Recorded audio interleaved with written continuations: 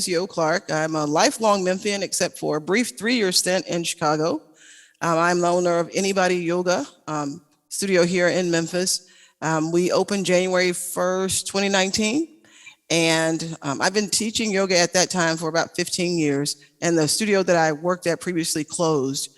And I wasn't quite sure what I was going to do. I thought I was going to have to go back into the world of W-2. That's what I call my previous employment, right?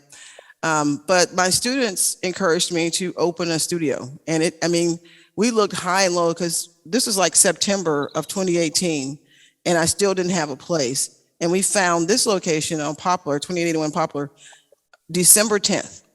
And we were trying to open January 1st. There were gray walls in here and concrete. So you can see behind me, pretty much all this was here except for the doors in the back, the wooden doors in the back, once we opened.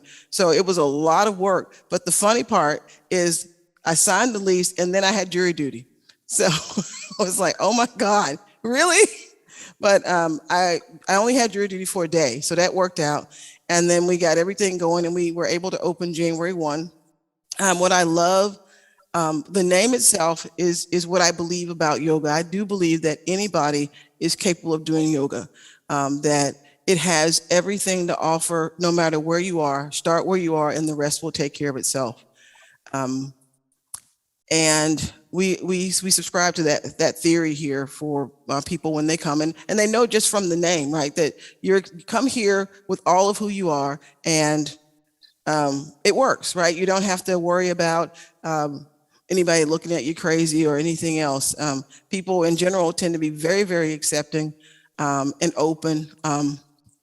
And I'm grateful for that because it then allows your mind to settle. And when the mind can settle, the body will soon follow. And then after that, you got some really good yoga coming, right? What I like about Memphis is something I didn't know I liked about Memphis until I moved to Chicago. And one of the things that was most striking to me about the Midwesterners is that no one would speak to you. Like I'd see people, I'd get out of my apartment, I'd say hello to them and they would hold their bags like I was going to rob them or something. No one would speak. But in Memphis, you make eye contact with people, everybody says hello, everybody says good morning. It's like, everybody just finished having breakfast together. But it wasn't like that in the Midwest. And I did not realize how much I missed that until I didn't have it anymore. And in Chicago, actually, if I spoke to someone and they spoke back, we just look at each other and go, you must be from the South. And usually they were. So that's what I find. The one thing I love about Memphis is the camaraderie and the kindness that just comes from greeting your fellow person, right? And acknowledging their existence. My hope for the future of Memphis is that we continue or that we get on track with getting not only our education system in line, because we are located central in the middle of the US, right? If we got FedEx here, we got AutoZone, you can get just about anywhere you need to in the world from little old Memphis, Tennessee. But to get more business here and to grow our economic base, we've got to get our education system together. And we also have to get our crime in control. Our crime mostly is a function of poverty, right? We're one of the poorest cities in the nation. I don't know if we're still in the top 10, but we probably are. And those are the things that we have to combat. And then as a community, I think we're unstoppable at that point. If we get there, Atlanta, New York, look out, right? We have the ability to do it. And I hope that it does happen in my lifetime.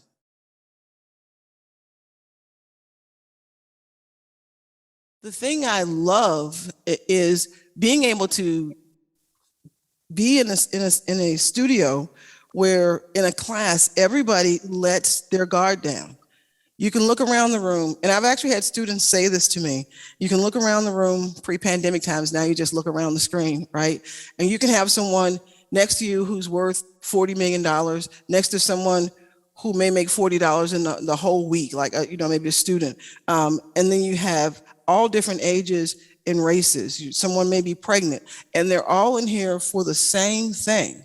And they're kind and they're polite. We do our yoga, and hopefully that yoga, that camaraderie we carry back out into the world.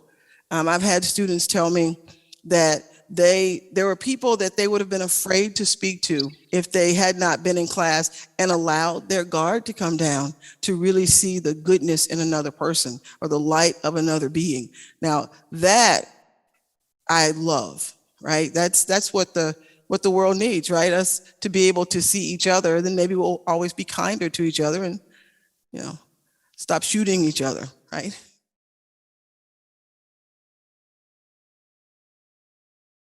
I also, I like to laugh, so that helps. I believe that laughter softens up everything, right? And it lets the students relax some, and we move into it. I mean, sometimes things work the way you think, like you can stick a tree pose, and sometimes it's timber, but that's just how life is. And sometimes you're the teacher trying to do tree pose and you fall out of it.